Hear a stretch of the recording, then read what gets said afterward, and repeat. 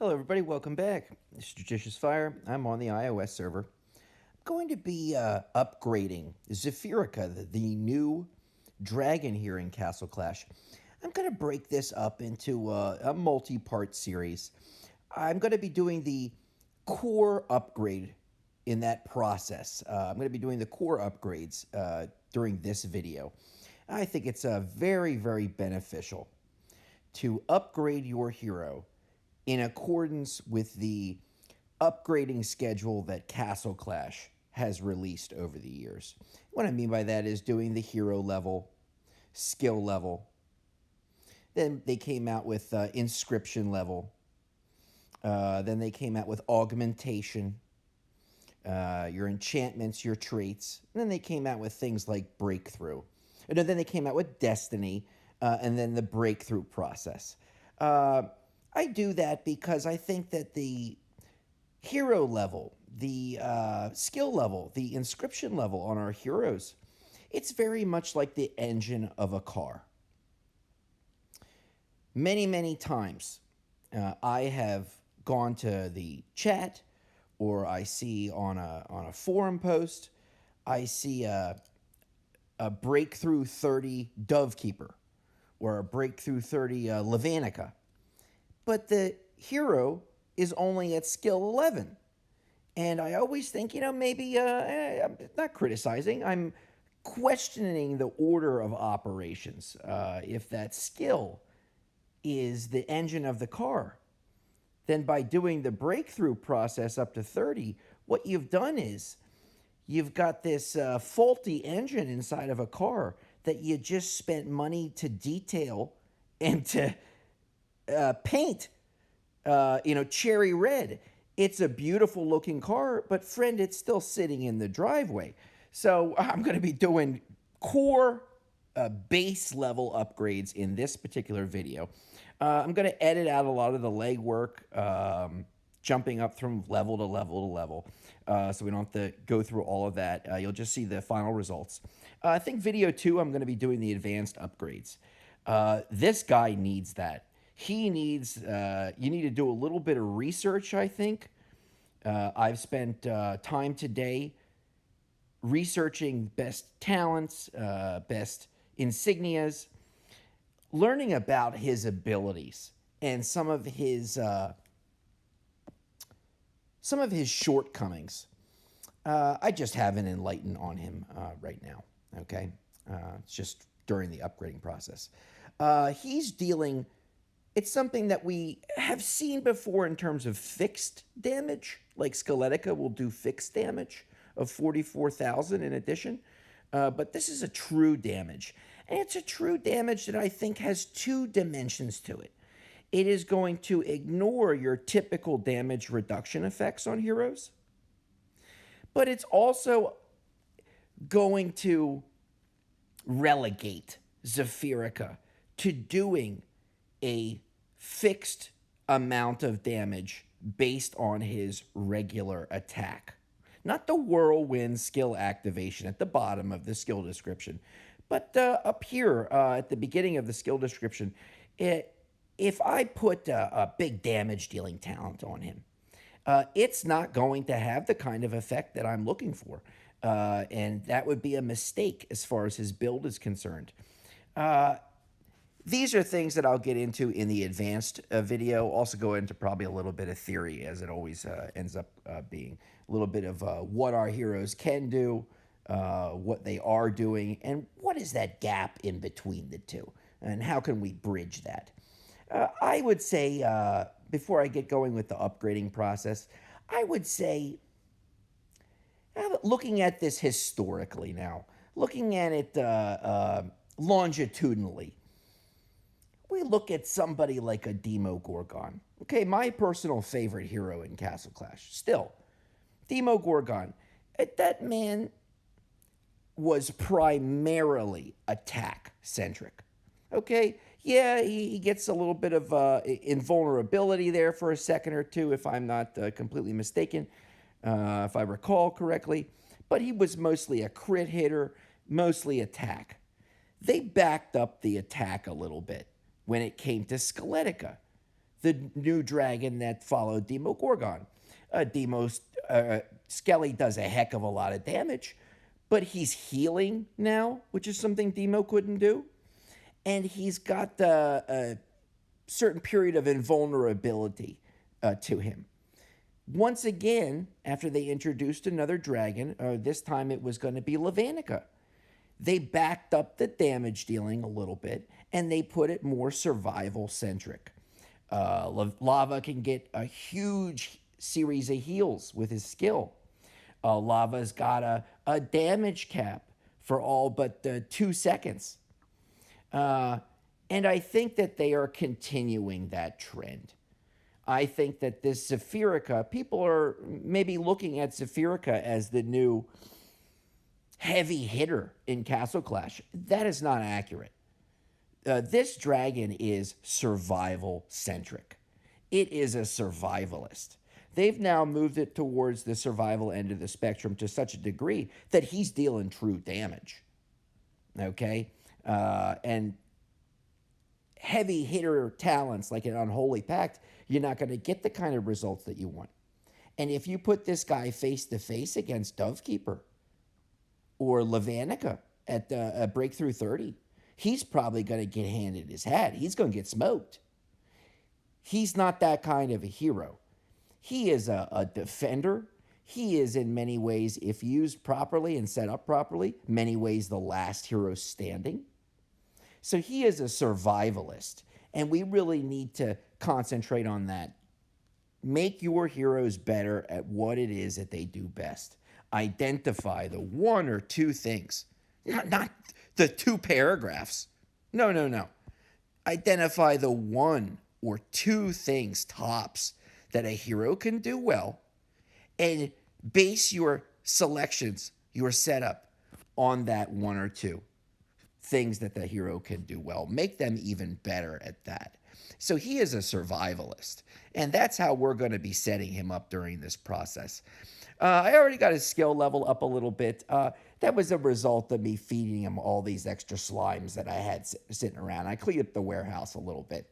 I had all these jellies. I still call them slimes. Just all these jelly champs. All these, whatever the heck they are called. The experience orbs is what they're calling them now. So I'm going to start working on his hero level. And then I'm going to start working on his skill level. I'll be back in a few minutes with a somewhat leveled up Zephyrica. Okay, back in a few. Okay, everybody, we are back.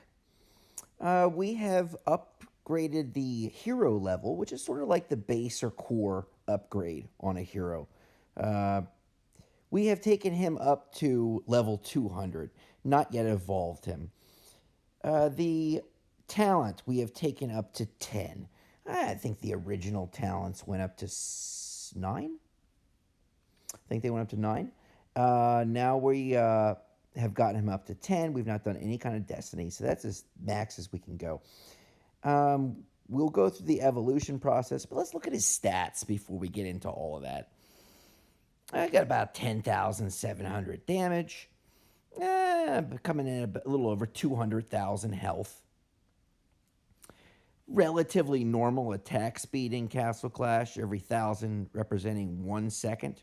So he attacks once a second with his basic attack, his claws, or if you will. And he's got a fairly fast movement speed. Higher that number, the faster the hero moves from point A to point B.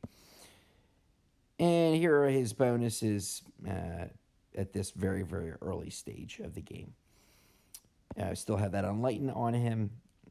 Doing great there. I have done his insignia. So after that, after the hero level and the skill level, it was the insignia process, if I remember correctly, which was introduced. That was still is a heck of a lot of mana and blue crystals to get those insignias up to 100. Boy, oh boy, it's like it's like a 2,000 blue crystals at level 80. And then at 81, it jumps to 140,000.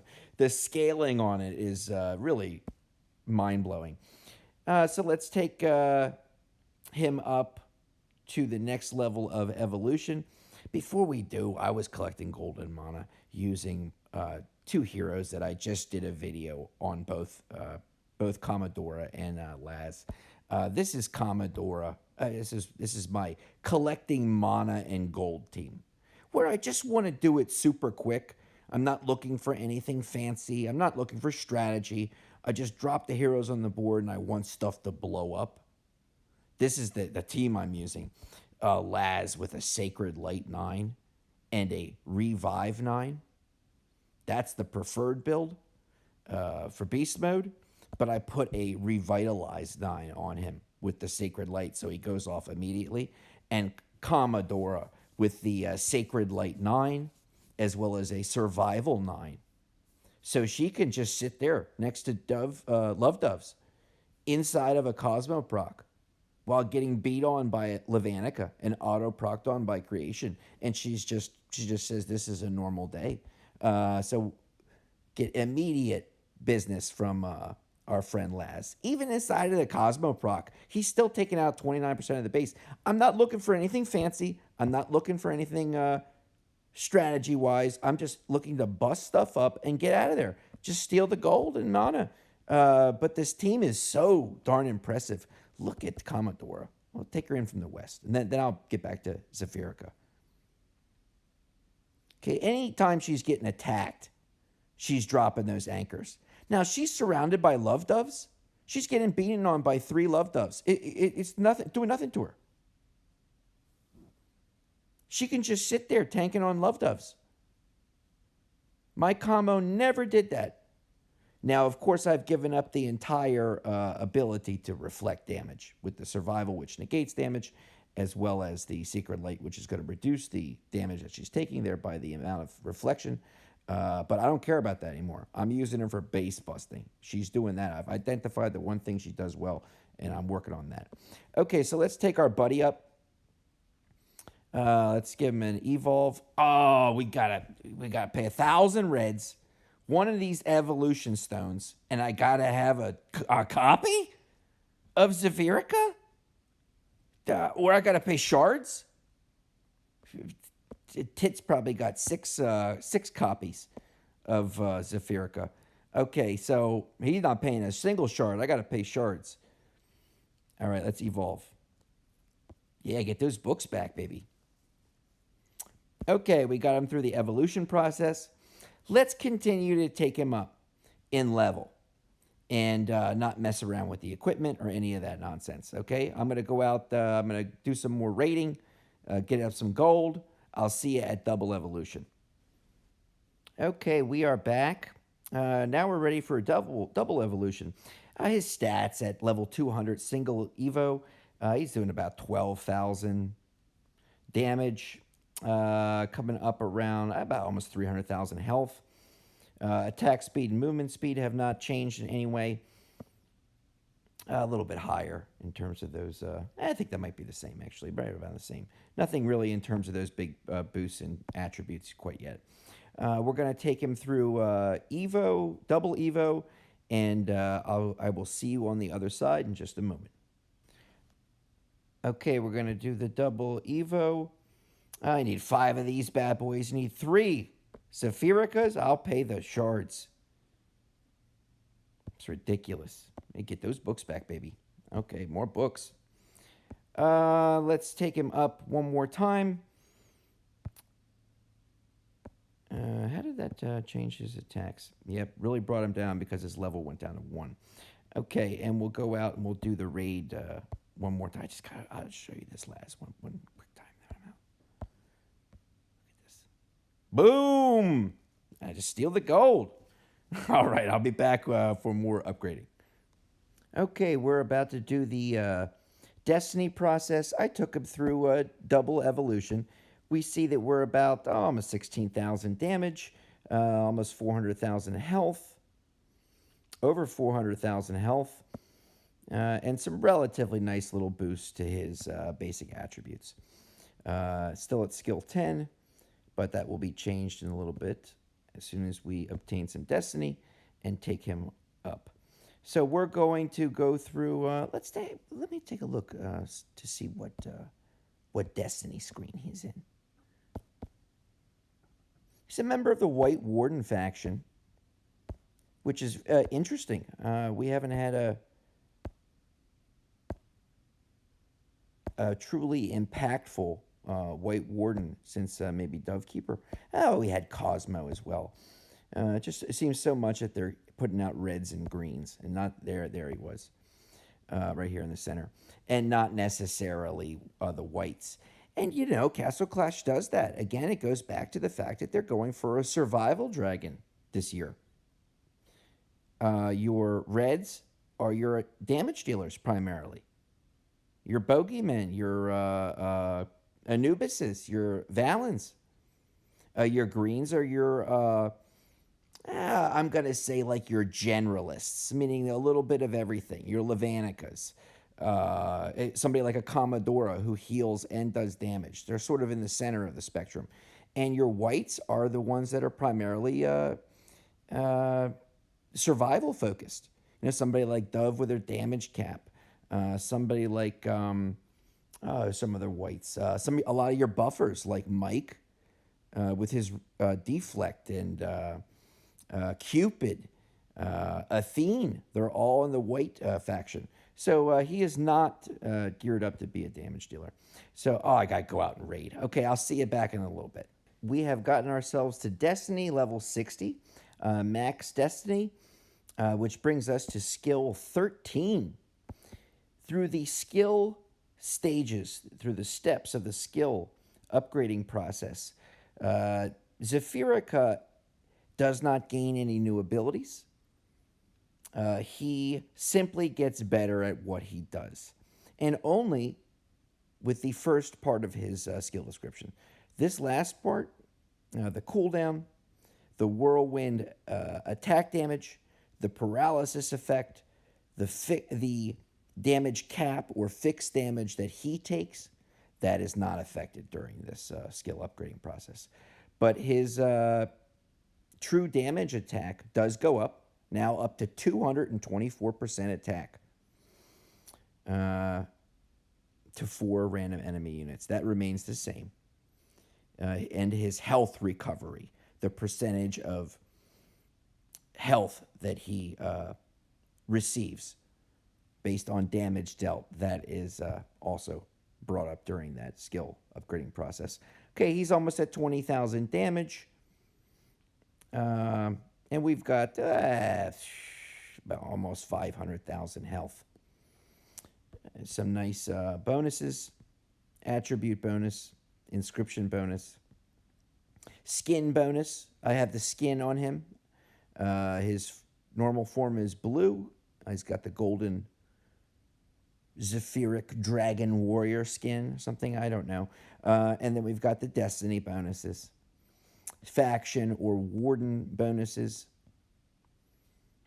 I have not done any of these because I consider these to be advanced upgrades that require, except for Breakthrough. I would put it under advanced because, you know, it's really the last thing you should do. But these other ones, Crest Choice, Insignia Choice, Talent Choice, Trait Choice, Enchantment Choice, all require, I think, a little bit of research, a little bit of time, a little bit of planning, and an understanding of what your hero does best. I'm going to sign off for this video. I'll catch you on the next upgrading video where we look at those advanced techniques. Thanks, everybody. I will see you soon. Okay, bye-bye.